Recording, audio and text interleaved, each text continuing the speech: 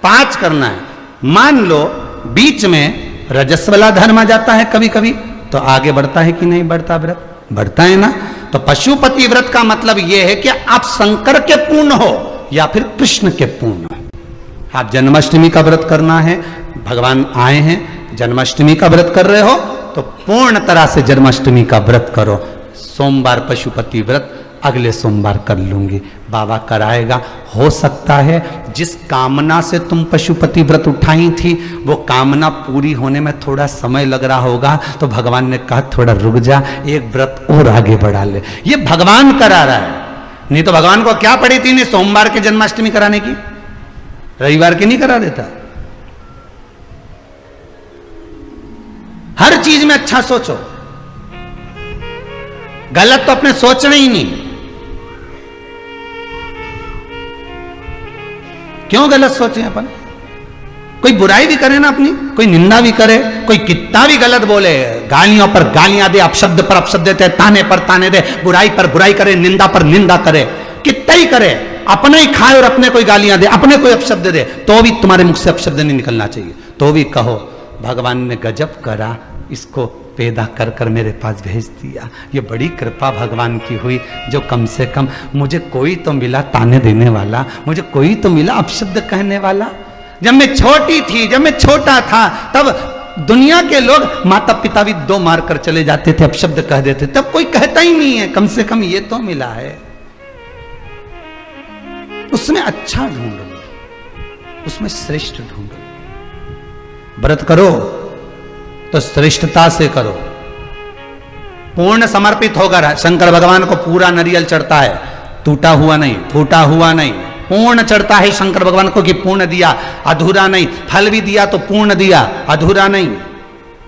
शिव को फल भी टुकड़े होकर नहीं चढ़ते, शंकर को पूर्ण फल चढ़ता है, पूर्ण।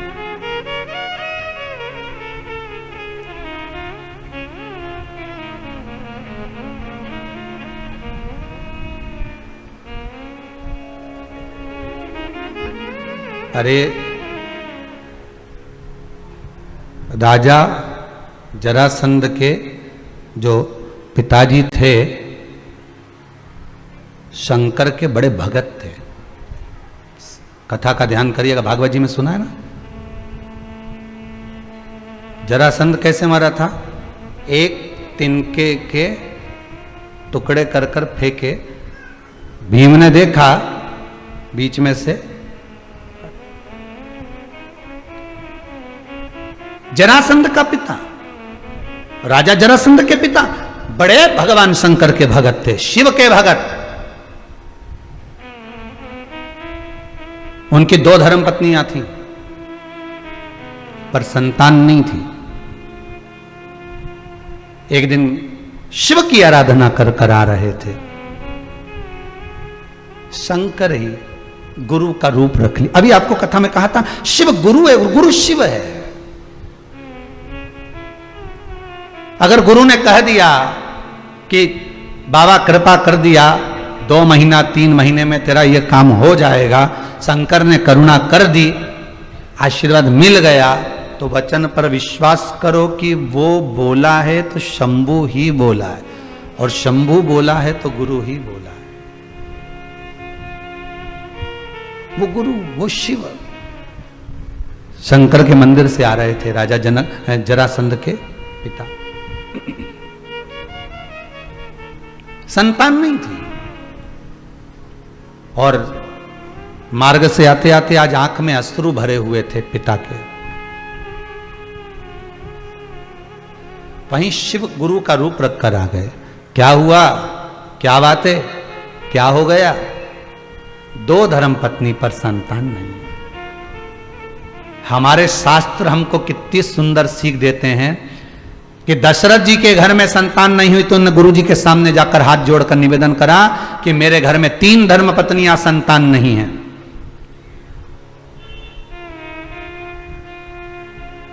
नंद बाबा के यहां संतान नहीं तो उन्होंने श्रावणी करने पधारे ब्राह्मणों से निवेदन करा, संतों से निवेदन करा कि मेरे घर में संतान नहीं है। और एक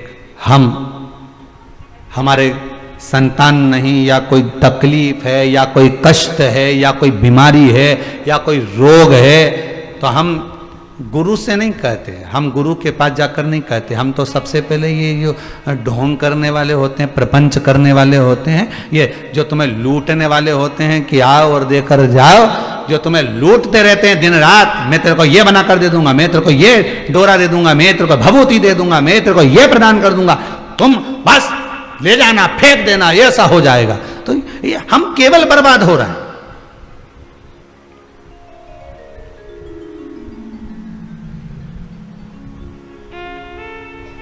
हम भरोसा नहीं रख पाए भगवान पर। एक बार गुरु के सम्मुख में, एक बार परमात्मा के सम्मुख में, एक बार मेरे ओघड़ी दानी मेरे शंकर के सामने जाकर कहो तो जरासंध के पिता जब लौट कर आ रहे थे, शिव सामने आकर पूछ लिए, क्यों, क्या बात है, तुम मंदिर से आ जा रहे हो? मंदिर जाते समय और मंदिर से आते समय आंखों में अश्रु नहीं होना चाहिए।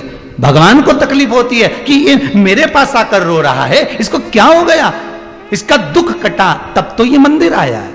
व्यक्ति गुरु के दरवाजे, मंदिर की चौखट पर या परमात्मा के दर्शन करने तब पहुंचता है, किसी अच्छी जगह पर, भगवत भजन की जगह पर तब पहुंचता है।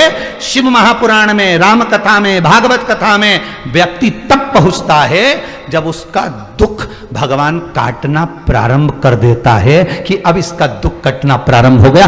अगर मंदिर जा रहे हो, देवालय जा रहे हो, कथा में जा रहे हो, सत्संग में जा रहे हो, भगवान की कथा में पहुंच रहे हो, तो समझ लेना कि भगवान ने अब तेरा दुख काटना प्रारंभ कर दिया। तो जैसे जैसे चलकर जा रहा है, जैसे जैसे अनुमोदन कर रहा है, जैसे जैसे स्मरण कर रहा है, वैसे वैसे तेरा दुख कटते चले जा रहा। आपको अगर भगवान बुला रहा है, भगवान अपने पास बुला रहा है, भगवान के करीब में वही जाता है जिसका दुख कट रहा होता है।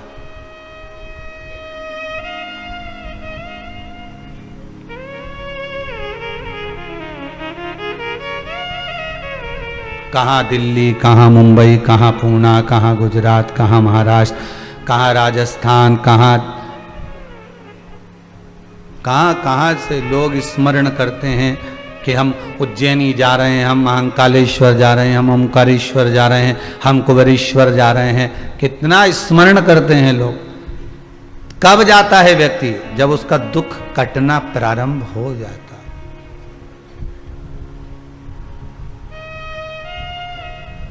दुख कटना प्रारंभ हो गया मतलब भगवान ने तुम्हें याद किया।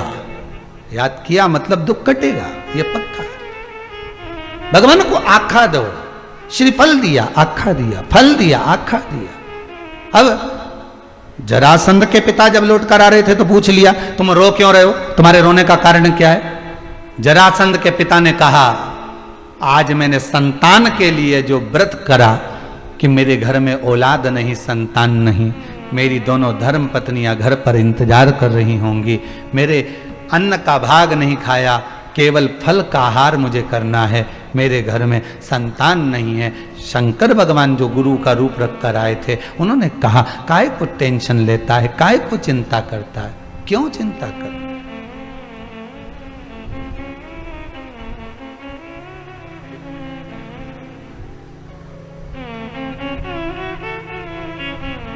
ना कोई चिंता, ना कोई टेंशन, भोले के नाम में बस एक है मेंशन। शिव जो कर रहा है ये टेंशन को मिटाने का काम कर रहा है।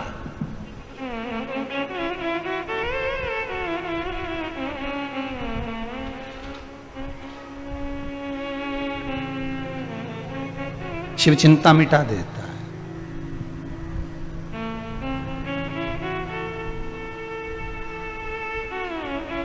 क्यों चिंता करते हो? किस लिए कर रहे हो? क्या हो गया ऐसा जो रो रहे हो? कहा संतान नहीं है, इतनी सी बात, बस इतनी सी बात।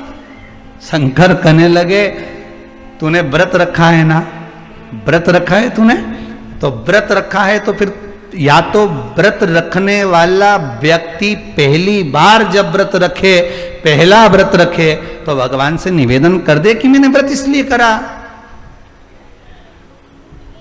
मेरा व्रत मैं कर इसलिए रही हूं मैं पशुपति व्रत इसलिए कर रही हूं कि मेरा बेटा सीए में पास हो जाए। मैंने पशुपति व्रत इसलिए करा कि मेरी बेटी का घर संवर जाए।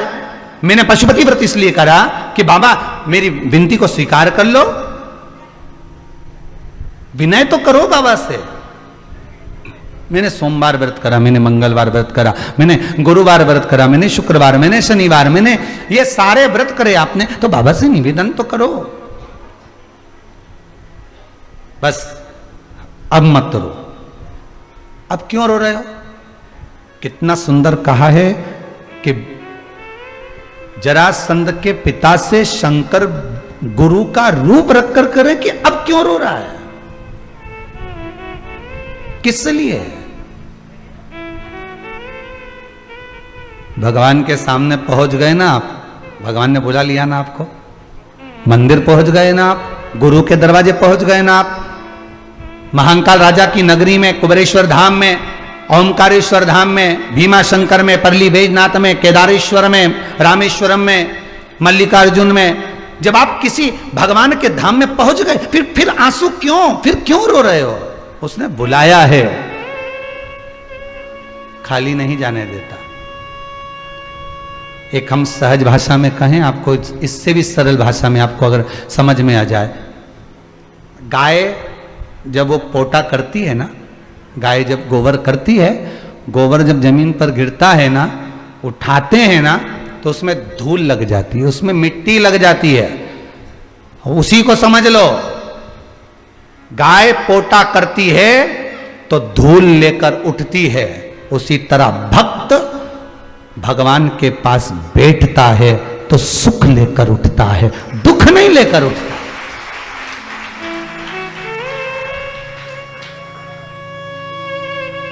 सतगुरु के पास जाकर, गुरु के चरणों में पहुंचकर, तीर्थ में पहुंचकर, भगवान की चौखट पर पहुंचकर आप दुख लेकर नहीं जाओगे, आप सुख लेकर जाओगे।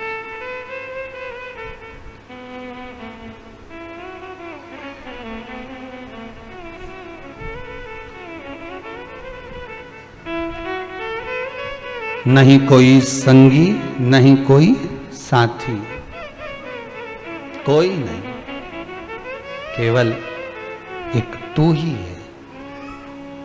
आप अगर आकर गिरे हो, आप आकर अगर बैठे हो, आप आकर अगर भगवान की चौखट पर पहुंचे हो, आप अगर उसके सामने दंडवत कर रहे हो, प्रणाम कर रहे हो, उससे विनती कर रहे हो, आस्था चैनल के सामने, टीवी के भी सामने बैठे हो, मोबाइल पर भी अगर कथा सुन रहे हो, फेसबुक यूट्यूब पर भी कथा श्रवण कर रहे हो, तो आप इस दिल से नमन करना उस शंभु को, उस कुबेरेश्वर धाम को, मेरे बाबा देवादिदेव महादेव को, कि तेरे बल पर इस कथा को सुन रहा हूं, इतना विश्वास रखकर कथा सुन रहा हूं। रोज सीवर वाला महाराज कहता है, शंकर पर भरोसा रखो। बाबा मैं इतनी दूर नहीं जा सकती, पर अरदास तो कर सकती हूँ, नमन तो कर सकती हूँ, तुझे कह तो सकती हूँ, तुझे बोल तो सकती हूँ कि तू अब मेरी विनती को स्वीकार कर लेना। जब तू देगा तब मैं दौड़कर उस कुबेरेश्वर धाम में पहुंच जाऊंगी। बस एक बार मेरी मनोकामना पूर्ण कर दे, आऊं मैं, आऊं। आज कोई माता जी आई थी मिठाई का डब्बा लेकर, कह रही थी गुरुदेव जिस कार्य के लिए मैं पहले आई थी मेरा वो कार्य हो गया, अब काय के लिए आई? कहाँ? जबलपुर से थी शायद, बैठी होगी कहीं ना कहीं। कहाँ? हाँ ये कहाँ से आई हो? जबलपुर से। जिस कार्य के लिए आई थी मेरा कार्य पूर्ण हो गया, अब केवल आई हूं तो केवल कथा लेने के लिए आई हूं, मुझे कथा चाहिए। ये बाबा की कृपा है। बैठो बहन बैठो। ये बाबा कृपा करने वाला, ओघड़ी, दयालु, दातार, करुणा सागर है। वो सहज नहीं है महाराज, देने वाला वो दे रहा है। विश्वास है तो मेरा शंभु है, विश्वास नहीं तो शंभु भी नहीं। मानो तो मैं गंगा माहूं, ना मानो तो बहता। आप तो टीवी के सामने भी बैठे हो ना भाई, आप तो मोबाइल पर भी कथा सुन रहे हो ना मेरी बहनों, मेरे भाई। जितने लोग दिल से कथा सुन रहे हो ना, अपना जानकर, शंकर को अपना मानकर कथा सुन रहे हो ना, दिल से अगर सुन रहे हो ना, तो मोबाइल पर, टीवी पर वो आपकी मुराद, क्योंकि कहीं पर भी बैठकर नाम जपो खबर उसको पहुंच जाती है। ये गुजराती व्यक्ति गुजराती भाषा में बोलता है, मराठी व्यक्ति जम के तो बोलो मराठी भाषा में बोलता है, तमिल का तमिल में बोलेगा, साउथ का साउथ की भाषा में बोलेगा, सब अपनी अपनी भाषा में बोल रहे हैं। तो क्या भगवान, विचार तो करो कितना पढ़ा लिखा होगा, तुम तो 2-4 जगह की भाषा ही नहीं जानते होगे, जानते भी होगे तो 2-4-8 जगह की जानोगे, 10 जगह की जानोगे, पर कितनी भाषा, कितनी चींटी भी बोल रही है तो वो सुन रहा है, चींटा भी बोल रहा है तो वो सुन रहा है, हाथी भी बोल रहा है, हाथी चिल्लाया, आवाज लगाई तो भगवान गरुण लेकर पधारे। बोलो सही है कि गलत है? हाथी भी बोल रहा है तो वो सुन रहा है, गरुण पक्षी बोल रहा है तो वो सुन रहा है, नंदी बोल रहा है तो वो सुन रहा है, हाथी बोले तो वो सुन रहा है, वो उसको सब भाषा आती है। आप कहीं पर भी जाकर किसी भी रूप में विनती करोगे वो स्वीकार कर लेगा, स्वीकार कर लेगा।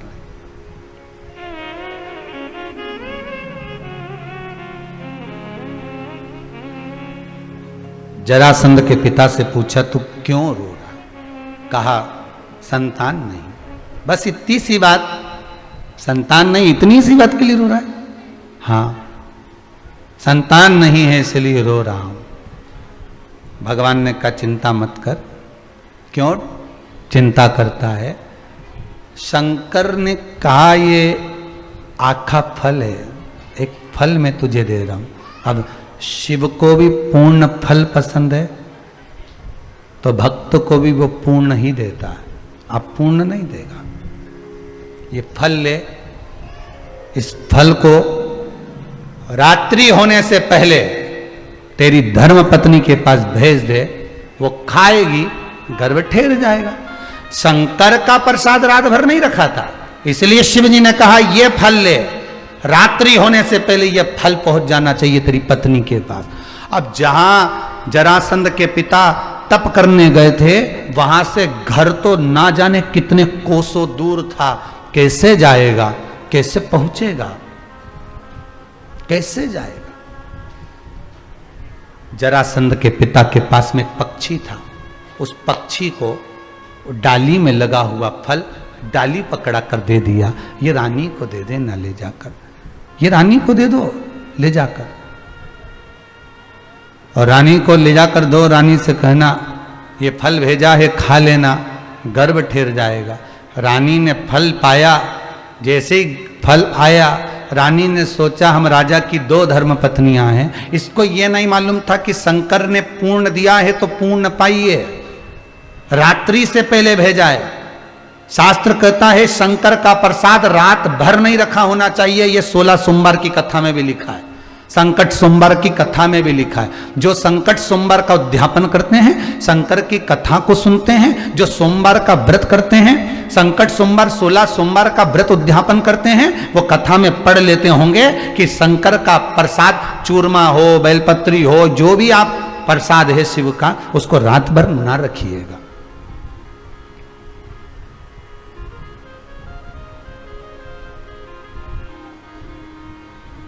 केवल शिव महापुराण की बेलपत्र, वो भी विराम के दिन की। कौन से दिन की? समापन के दिन की।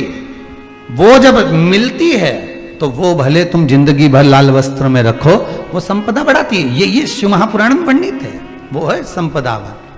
तुमरुका जी के शंकर भगवान से क्या कहा था तुमरुका जी ने कि आप कुछ देना चाहते हैं तो अपने मस्तक पर चढ़ी हुई बेलपत्र इस शिव पोथी को दे दो। ये शिव पोथी की बेलपत्र संपूर्ण जगत का कल्याण करेगा, संपूर्ण जगत का कल्याण। बाकी के दिनों की बेलपत्र तो औषधि के लिए खाई जाती है, रात्रि से पहले, रात्रि हो उससे पहले उसको पाया जाता है। पर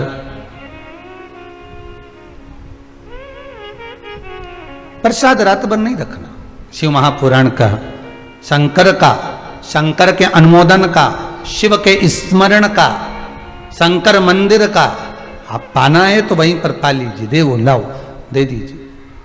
अब फल तो भेज दिया था, वो फल चले भी गया था, रानी को पहुंच भी गया। रानी ने सोचा हम 2 महारानी हैं, उसने आखे फल के 2 टुकड़े कर दिए, दोनों ने खा लिए, दोनों को संतान हुई। संतान भी जो शंकर के फल के टुकड़े करे थे, तो औलाद भी आदि आदि हुई, संतान भी आदि आदि। नासिका का एक छिद्र, एक आंख, आधा मुख, एक हाथ, एक पांव, एक रानी को हुआ, आधा दूसरी रानी को हुआ।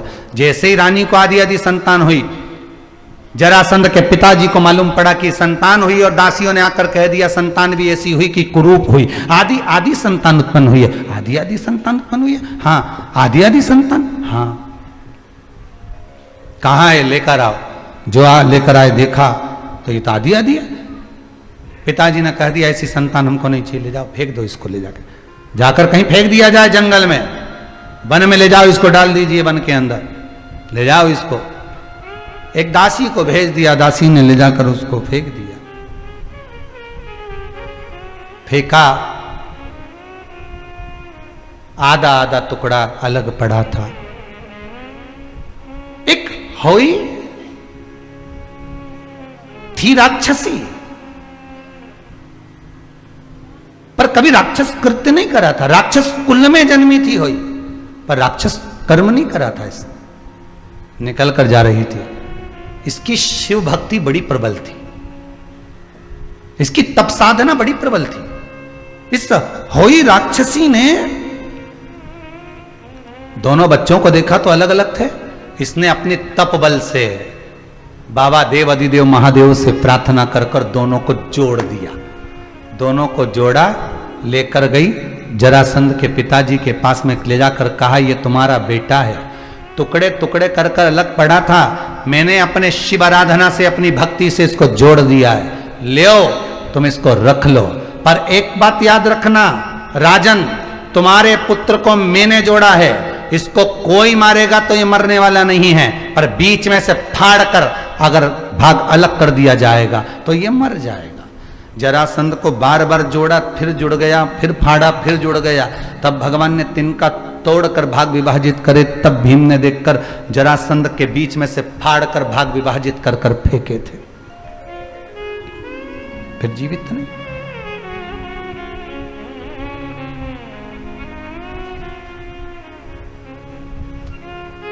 जरासंध के पिताजी ने उस होई का सम्मान करा, सत्कार करा, पूजन करा। वही होई मरे हुए पुत्रों को जीवित करने लगी, इसलिए वो होई माता हो गई, अहोई अष्टमी हो गई, जिसका व्रत माताएं करती हैं। अहोई अष्टमी का माताएं भी व्रत धारण करती हैं, अहोई अष्टमी का, फिर वो अहोई अष्टमी हो गई। उसका व्रत माताएं धारण करने लगी, उसका पूजन, व्रत, साधना, तप करने लगी।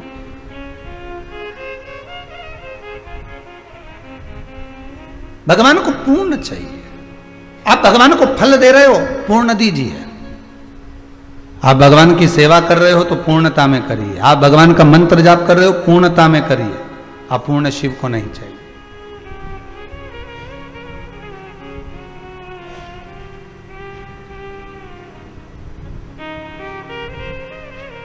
पूर्ण चाहिए।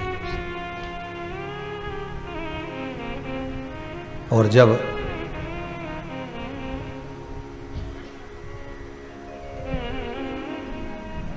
पूर्ण भरोसा लेकर, पूर्ण विश्वास लेकर आप शंकर के द्वार जाते हो तो शिव पूर्णता में ही देता है। शंकर कभी अपूर्ण नहीं देगा। शिव अपूर्णता कभी नहीं देता। एक किसी माताजी ने एक प्रश्न किया था कि हमारे यहां कोई कह रहा था कि जब नारी गर्भ से रहती है तो उसको शंकर जी का पूजन नहीं करना चाहिए। तो उन माताजी से हमने लिखकर भेजा था कि हमको ये जरूर बता देना कि कौन से शास्त्र में कहां लिखा हुआ है कि शिव की आराधना ना करें। गर्भस्थ नारी भी शंकर की आराधना कर सकती है। शिव की आराधना में कोई कमी नहीं। शिव की भक्ति में कोई कमी ना रहे। साहब शिव महापुराण तो यहां तक कहती है कि कोई बड़ी से बड़ी बीमारी हो गई, डॉक्टर अपना काम करे, औषधि दे, दवाई दे, गोली दे, वो अपनी जगह पर है। पर तुमको अगर रोग हो गया, तुम पलंग से उठ भी नहीं सकते, तो भी पड़े पड़े ही जप लो श्री शिवाय नमस्तु, पड़े पड़े जप लो ओम नमः शिवाय, भगवान उसको स्वीकार ले। कितना सुंदर लिखा है कि व्यक्ति दान भी करे तो पूर्ण करे। क्या करे? दान। कल कथा में सुना था ना, आपको बताया था कि हरतालिका तीज का जो उद्यापन होता है उसमें 5 वस्त्र दिए जाते हैं। कई कई माताएं बड़ी चतुर होती है, तीर्थ करने जाती है तो साथ में कपड़े ले जाती है दान करने के, तो कुर्ता तो दे देती है एक पंडित जी को, धोती दे देती है दूसरे को। समझना जरा, ये भी बहुत ध्यान देने वाली बात है, ये कोई साधारण नहीं है। बहुत बहुत चतुर चतुर माताएं होती हैं। टोपी दे देगी एक को, साल दे देगी एक को। अब उसके मन में आया कि मैंने देखो कितना जोरदार पुण्य कमाया, मैंने सबके दिया। बोलो रे पंडित जी ने दिया कि नहीं दिया? अब पंडित जी ने बोलते हो हमें तो धोती मिली है, ये तो कुर्ता मिला, इसके तो ये सामान मिला, इसको ये मिला, तो ये, पर ये शास्त्र विमुख है। वस्त्र देना है तो पूर्ण दो। कैसा वस्त्र दो? पूर्ण। सुहागन स्त्री को, सौभाग्यवती नारी को अगर वस्त्र देना है तो पूर्ण वस्त्र देना चाहिए। कभी साड़ी दे दी और चोली का कपड़ा नहीं दिया तो वो श्रेष्ठ नहीं है। अब कई कई माताएं तो कहती हैं गुरुजी साड़ी में ही आजकल वो कपड़ा लगा लगाया आता है, भले लगा हुआ आता है पर साड़ी में सिला हुआ होता है, वो बना हुआ होता है, उसको अलग करना पड़ेगा। तो या तो तुम उसको पहले अलग करके लाओ फिर दो। पर कभी भी सौभाग्यवती नारी को एक वस्त्र मत दो, एक वस्त्र कभी नहीं देना। देना है, पहले भी हमने एक बार कथा में कहा था, आज फिर कहते हैं, जो ये आप लोग एक नया पैटर्न लेकर आए हो ना, एक नया तरीका लेकर आए हो कि जैसे करवा चौथ का उद्यापन करा, तीज का उद्यापन करा, छठ का उद्यापन करा, या कोई भी उद्यापन माताएं करती है ना सोमवार वगैरह का, तो टीकी का पत्ता रख देती है, बिंदी रख देती है, सामान रख देती है, उसमें एक ब्लाउज का पीस रख देती है। दोष है।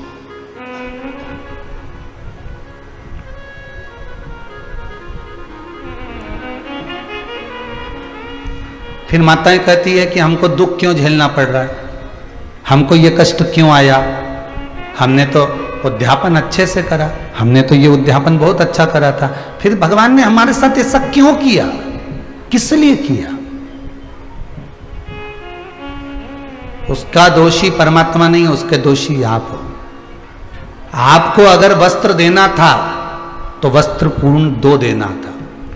एक अकेला वस्त्र तो जब जीव के प्राण छूटते हैं तभी जाता है।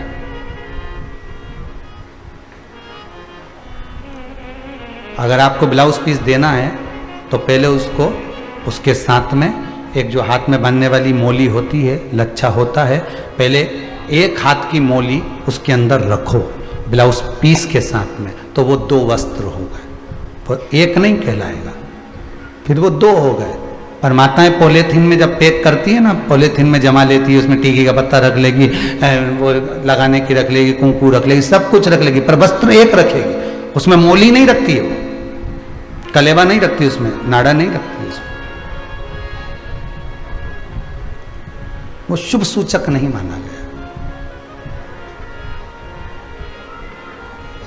सौभाग्यवती स्त्री को अगर आप भोजन कराकर वस्त्र का दान कर रहे हो तो एक वस्त्र कभी सौभाग्यवती को नहीं जाता, वस्त्र जाते हैं तो 2-2, 5-2 ऐसे वस्त्र बढ़ते हैं महाराज। लहंगा है, वस्त्र आदि के, रुमाल आदि के, ऐसे 5 वस्त्र करे जाते हैं। यहाँ तक आज तक का प्रमाण है महाराज जी कि ये जो आप लोग जो रबड़ बैंड वगैरह देते हो ये अपनी जगह पर है, पर शास्त्र रीति तो यहाँ तक कहती है कि जो पहले साटन चलता था चोटी को गुथने के लिए, उस साटन की भी महत्वता थी महाराज।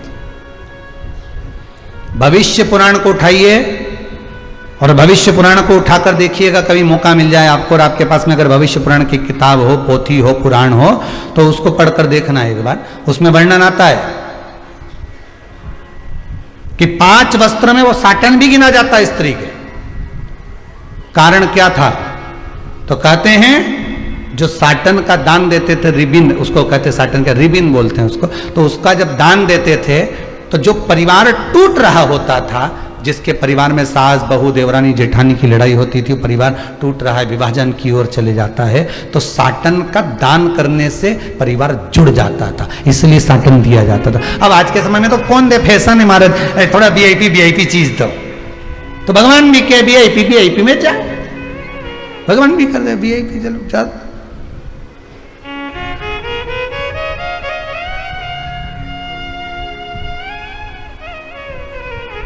अरे क्यों पुराणों में लिख दिया कि बांस की डलिया में अनाज रखकर, सुहाग सामग्री रखकर ब्राह्मण को जब भोजन कराते हैं तो उसको बांस की डलिया, आपने पढ़ना, उसमें लिखा है, आपके पास में तो किताबें होंगी उपवास की, बांस की डलिया में सामान रखकर दीजिए। बांस की डलिया, यहां लिखा नहीं कि प्लास्टिक की डलिया में पैक कर दो, यहां बांस की डलिया लिखिए। बांस क्यों?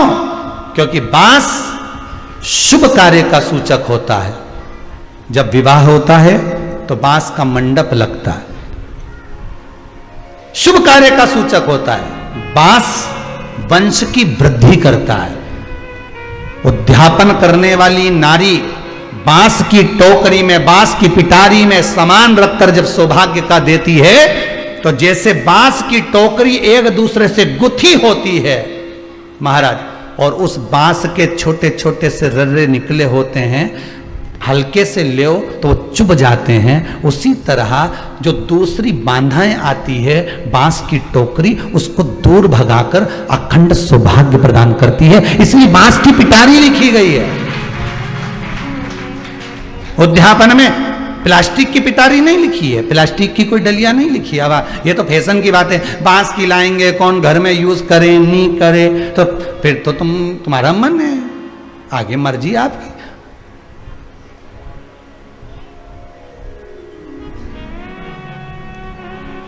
अब यूज करे कि नहीं करे, तो एक काम करो ना, शंकर भगवान के दूध चढ़ाएंगे, भगवान यूज करे कि नहीं करे तो रबड़ी बना के चढ़ा दो। अब तो तुम्हारे ऊपर है,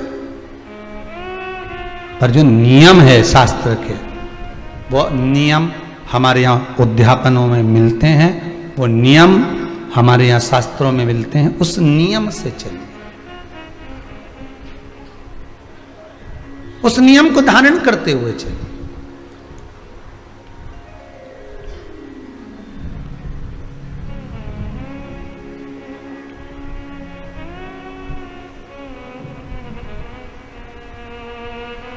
और उस नियम को जब धारण करते हुए चलोगे तो जीवन का एक सुख प्राप्त होगा, जीवन का एक आनंद प्राप्त होगा।